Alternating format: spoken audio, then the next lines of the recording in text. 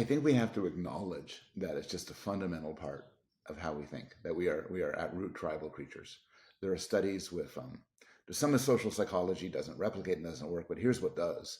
There are a lot of studies finding that as early as you could test people, they have their biases. Young kids prefer to take presents from, prefer to get food from people who speak the same language as they do. They have biases for age and gender, but language bias is very powerful, presumably because language is a wonderful cue to tribal membership. Even if you speak with an accent, the kids don't like you. They're zooming and they want to talk to somebody who's from their tribe. You could establish us versus them on the smallest of things. There's some experiments where you get kids to wear red t-shirts and blue t-shirts, and boom, the red t-shirt people think their group is smarter, deserves more. They don't think much of the red t-shirt group. Been studied with flips of a coin. You flip head, I flip tail. And you say, isn't it funny how it worked out? But the heads seem to be just a better bunch of people than the tail flippers.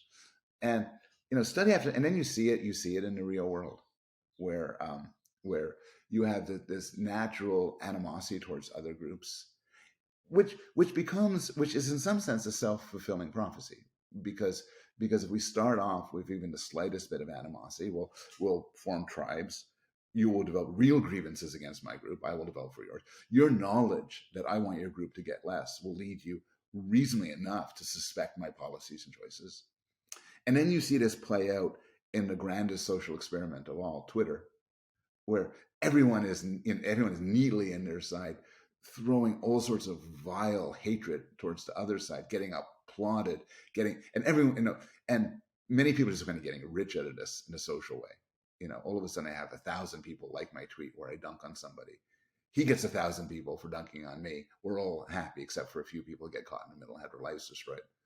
But the social dynamics of this, particularly for a complicated hot button issue, causes increasing polarization. And that actually goes back to what you said before, which is if you're in an in-group, out-group battle, talking about constant benefits, whatever the cognitive benefits are, is kind of pretty taboo. Imagine it's World War II. You say, Hitler's a terrible guy. Except there's a couple of things about Hitler that were not so bad. Well, it's not very good. No one's going to like me if I do that. I'm mildly in favor of the war in Iraq, but I recognize the cost and benefits. People dislike that because partisans on both sides recognize that you are not with the program.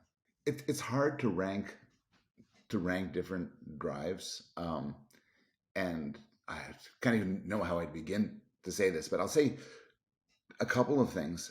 It's the us versus them bias is shifts a lot culturally. So we naturally categorize the world in all sorts of ways: language, age, sex, but race is a big one in many societies. And that many people think, look, that isn't exactly evolved, because through much of our history, we never encountered people who you describe as of different races. We're just all big extended families living together. And it seems that there's an us versus them, which has almost sort of empty slots, and you could fill in whatever you want. Red shirt, blue shirt, fine. Heads, tails, fine. Palestinian, Jew, that'll work. Black, white, that'll work. And so culture tells us kind of who we are and who to hate. And of course, as you point, we belong to multiple groups. Our groups shift. But what people often miss out, particularly when talking about politics, and I'm going to say something. I'm saying that the most informed man I know about these issues, so it's not going to come as a surprise to you. But people say, "Oh my God, how did they all vote for Trump?" Or "Oh my God, why did they all vote for Hillary?" And any answer doesn't begin with, "Well, he's Republican, she's Democrat," is missing 95% of the answer, which is once somebody's on your team, they're there, and then asking a million other questions is just besides the point.